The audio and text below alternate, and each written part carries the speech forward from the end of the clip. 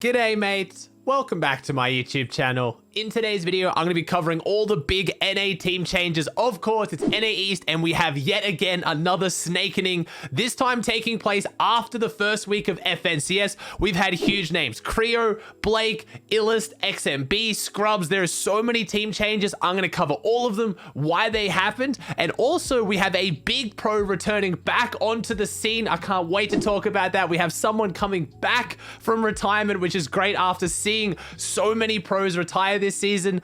At the end of today's video as well, I also want to take the chance to break down OCE teams, where they're dropping, which drop spots are doing the best, who's automatically qualified, and pretty much everything else in between. Remember guys, it's FNCS season, so you know I'm going to be live on my Twitch channel at twitch.tv/Aussie Antics. If you want to watch any of the games, swing by and say g'day. I'd really appreciate it.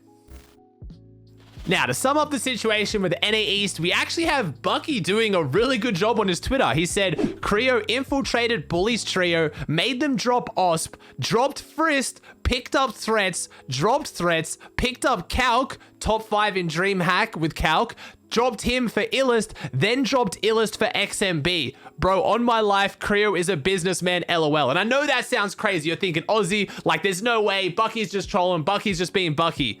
No, it's real as far as I can tell. Kreo responded saying, this would have been avoided if you never snaked me. And then all the comments look like this was real. And based on the teams that I'm now seeing on Twitter that are together, I think this is what actually happened, because Kreo started to cop a little bit of heat for this. A lot of people saying that, you know, he's a snake now. And obviously we've seen what happened with Blake recently when he got called a snake. And the meme going around is the snake got snaked in regards to Blake. But I mean, Kreo was quick to defend the fact that he hasn't really done this in the past. And I have to agree. Kreo hasn't really done this in the past, and when it comes to kind of the snaking with the pros, I don't really get too involved. I mean, they're playing for hundreds of thousands of dollars. I'd love to see the teams like find teammates they work well with and stick for whole FNCS's whole years, because all the best teams right now, literally all of them, are the ones that have been together for multiple seasons. But at the end of the day, business is business. Some of these newly formed teams look a lot better than the old teams. Some of the players are unfortunate, so I'm not going to judge players and pros for snaking. That's not the point of this video. I just want to inform you guys on exactly what's going on. So as a result of XMB now going and playing with Kreo, that has left Blake without a trio. He said LFT apparently wow, which stands for looking for trio, then tweeted out, wait, I didn't even realize FNCS is literally tomorrow, LMAO. And then Illest ended up tweeting out, looking for one with Blake, prefer an IGL. So it looks like we've got Blake and Illest together. On that tweet, a bunch of people were tagging Scrubs as one of the better players right now who hasn't found a team. But as you know, Scrubs is an insane fragger, some of the best mechanics in the world, doesn't really fit that IGL role. So if that's the case, Blake is going to be forced back into an IGL role, which is the whole reason this all started, because he left playing with Ronaldo and Okas because he didn't want to be in IGL and he was playing so much better with XMB. So I do kind of feel for Blake and Illest here. I know Blake isn't getting too much sympathy because he's split with Ronaldo, but it's an interesting combination. Blake and Illest are an insane duo as far as fraggers go, but I don't know who can IGL them. There's a massive shortage of IGL in NA East right now. This is now meant that we have XMB, Kreo, and Bully, which is interesting because like when I talk about a shortage of IGLs in NA East, XMB and Kreo are both known for being IGLs. So I don't know how this team dynamic's going to work. Bully is obviously a big fragger. We all know Bully to be a fragger, but I guess XMB is probably going to maybe do the tarping, and I guess Kreo will be like maybe IGL and support fragger endgame while XMB leads the tarps. Honestly, it looks like a really good team. I mean, Kreo's got some of the best mechanics of an IGL, especially in NA East. My man can frag, so maybe he's leading the early and mid game rotations, because I've always said XMB is one of the most underrated IGL tarpers in NA East, but his early and mid game and his storm surge routes is what's always let his team down. So if Kreo's leading that portion with the rotation, kind of like what you see with Bizzle and Booger and Clicks, where kind of Bizzle does a lot of the early and mid game IGLing, maybe Kreo takes over that role, XMB just does the tarping end game, and then you have Bully to frag. It makes sense, but in a region with a shortage of IGLs, having two good ones on one team, it's great for them, it's kind of rough for everyone else. So as far as the other people involved in this, it looks like it will probably see Calc, Osp, and Joji stay together again. I don't know where Frist is going to go. I don't really know. There's a few question marks kind of revolving around that, but I'd have to guess we see Calc, Osp, and Joji as the remaining players in that kind of dropping of teams. I don't know where Threats is going. I don't know if we're going to see something to do with maybe NPen and Zuni's in there. Polarize is kind of floating around. It's going to be interesting to see how this all lands. Now, on a positive note, no one's getting snaked. We have a big name coming back. It looks like Chap is stepping back into things. He's stepping back into Fortnite. He tweeted out, should I play the next 2 FNCS weeks? And then retweeted, furious tweeting out, looking for one for FNCS with Chap, Fragger preferred. So it looks like we finally have a big name coming back after so many have retired. I'm excited to see it. It's going to be interesting to see how Chap holds up. I mean, we know Chap loves finding 2 insane fraggers and is leading them to endgame. He's already found one of those with Furious, but he has had quite a lot of time off. The meta is pretty close to last meta, and it's a meta that kind of leans towards having a good IGL who knows rotations like Chap, but he has taken quite a few weeks off now, but maybe coming back refreshed. It's going to be a big question mark for me, but either way, whether he does well or whether he doesn't do well, I'm just really happy to see Chap back.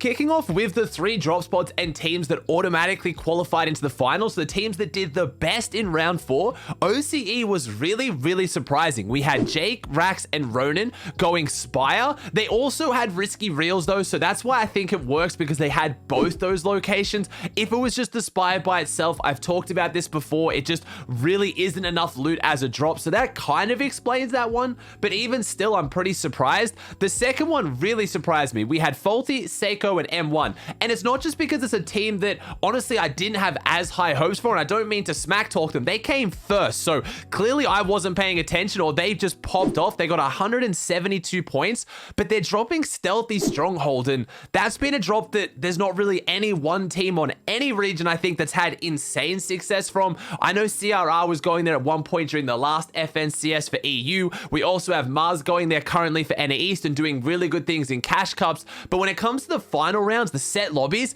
that top like northwest portion of the map has notoriously never done as well. The rotates have always been really rough, usually get held for Storm Surge, but they did well. The last one didn't surprise me really at all. We have Basil, Forbes, and Jace. Forbes obviously fitting in for Vortex for that really good team last season. They absolutely popped off as well, and I wanted to talk about the next few spots as well, because this made a lot more sense. Fourth down to 6th was a lot more clear cut. We had Jinx, Alec, and Worthy out of Steamy Stacks, no surprise there. Ex-FNCS champions, fantastic drop. We had Repulse, Eshes, and Raikou. Now this one's interesting. This is one that if you're outside of OCE, you may have missed it. When Repulse first announced this split, everyone made fun of him, but it's the ultimate Repulse split. Repulse has I guess kind of like a reputation for being incredibly confident in how good he is and how scared players are of him.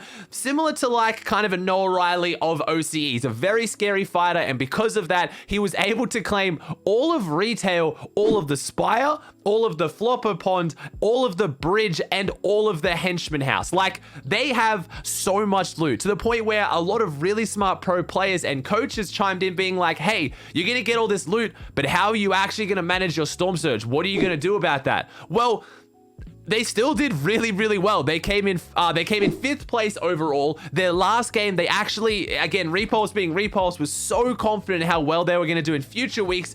He started keying and didn't even play the last game seriously to deliberately try and not get top 3. And again, I talked about it. You'd have to be crazy to not take an instant qualification into finals to think that you're going to get top 3 again in one of the other 2 weeks, or leave it down to a top 6 in heat or a reboot round. But like I just said, Repulse genuinely does think he's a god at Fortnite. And honestly, you can't really blame him at this point. They absolutely popped off. They did insane from a drop spot that would have been really difficult to find Surge from. The last one as well, we had Prizzy, Vortex, and Suns. And now this one again makes a bit more sense.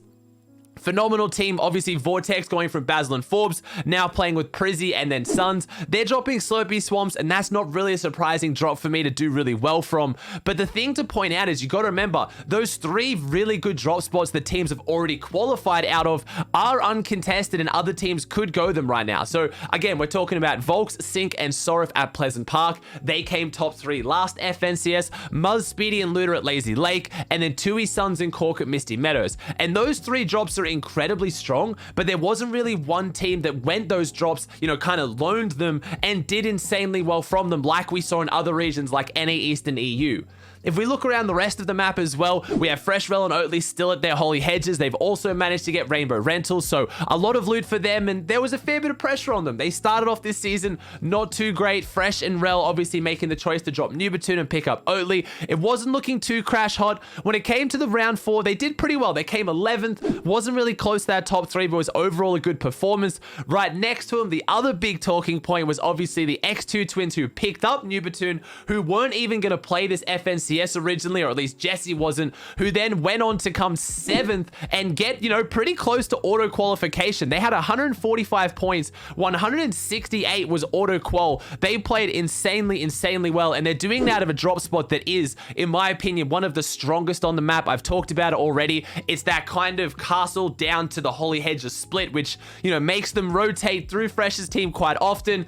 It always creates drama. The streams always freak out when they run into each other, but it's a great drop spot. I don't think they went there to try and, you know, or Newbatoon versus old team, twins trying to, you know, create some drama. It was by far the best drop on the map that wasn't contested, and it is. It's a fantastic drop. You have guaranteed upgrade. You can buy next zones. You can buy rifts. You get bunker chests. You also get the vehicle guaranteed with the big tires, so even though it's the edge of the map, the rotates are way cleaner. We did see a switch up as well. Jarlan, Zora, and Parp, one of the most famous teams in OCE, obviously the team that represented us the best internationally, went over to NA and won one of their qualification weeks over in NA during the big FNCS Season X. I was so excited to see their return. They're all motivated. Unfortunately, they started off the season not too great. They didn't make round 4, and it looks like they've made some adjustments. It's now Jarlan, Zora, and Fluxy, and then Parpy has now gone over to play with Slayer and Radius. So that team is looking a little bit interesting now. I don't really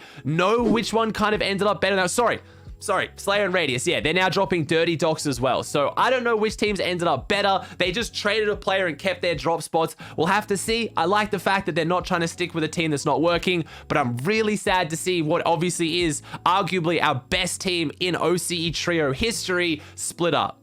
There are a couple of spots I've left off the map, and it's not because no one's going them, it's because they're getting traded up a lot. We have Shark, Lighthouse, and Coral Castle, always a known drop spot to have kind of, I don't want to be mean, but like lower tier teams fight over because of the kind of draw of, oh, it's got so much loot, but we know no Storm Surge always causes massive issues. The interesting one in OC that hasn't been heavily claimed like it has in the big regions is actually the north part of the Kami split that has that junkyard, which I've talked about as being one of the strongest parts on the whole map. That's kind of been handed around a fair bit. It really has been fought over, and a lot of people are juggling it, but no like really insane team has claimed it as well. Other than that, it's OC at the end of the day. There's a whole bunch of names I want to talk about, but I want to see how the rest of these weeks go, and I want to keep comparing these drop spots that have a guaranteed, you know, who came top 3, and see if we can see a trend. So when I make my videos on NA East in the next few days, and EU and all the other regions, that's when we can start comparing who's doing really well out of them. But right now,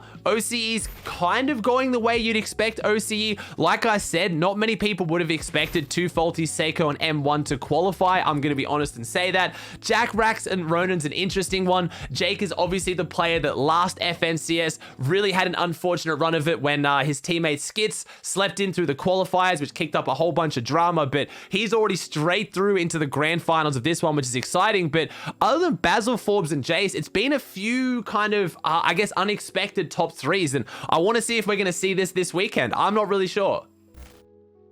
Alright guys, that does it for another video. I hope you enjoyed it. If you did, please chuck a like on it. Let me know in the comment section down below your thoughts on anything I've talked today. It was a lot of topics I talked about. If you're enjoying the content, please subscribe to the channel. It would mean the world to me. Thank you so much for watching, and I'll see you in the next one.